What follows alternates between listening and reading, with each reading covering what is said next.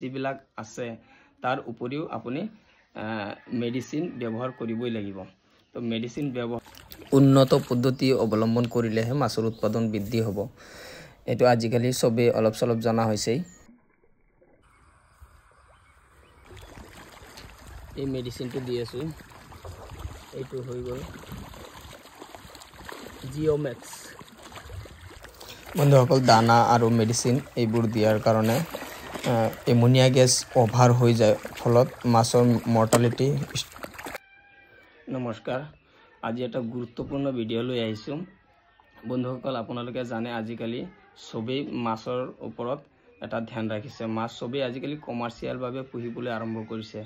আগতে ধৰক খাবৰ কাৰণে পুখুৰীটো গোটেই বছৰটোত মাছ খাব পৰাকৈ পুহিছিলে, কিন্তু আজিকালি সেইটো নহয়। চবেই মানে মাছৰ পৰা কিবা এটা উৎপাদন পাবলৈ বিচাৰে। এমনিয়া পানীত এক ধৰণৰ এমনিয়া গেছ হয়। সেই এমনিয়া গেছৰ কাৰণে মাছৰ উৎপাদন বৃদ্ধি হোৱাত অসুবিধাৰ সৃষ্টি কৰে।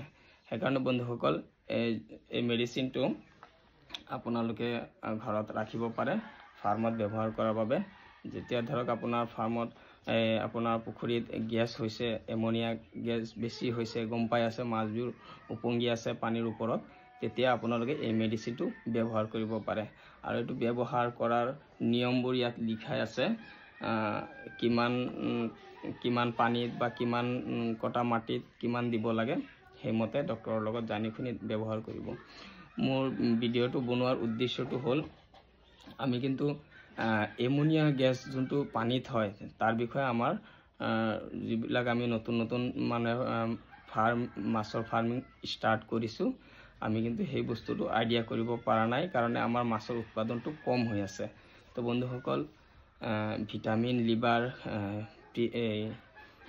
মিনাৰেল মিক্সাৰ, দানা এইবোৰ দিয়াৰ উপৰিও আপুনি পানীৰ pH বা পানীৰ এমনিয়া গেছটো দূৰ কৰাৰ কাৰণে আৰু যিবিলাক বেয়া পদাৰ্থ পানীৰ লগত মিহলি হৈ থাকে, যিবোৰে মাছৰ উৎপাদন বৃদ্ধিত অসুবিধাৰ সৃষ্টি কৰে, সেই পদাৰ্থবোৰক নিঃশেষ কৰিবলৈ এই মেডিচিনটো আজি আমাৰ পুখুৰীত ব্যৱহাৰ কৰিম, আপোনালোকক দেখাই দিম।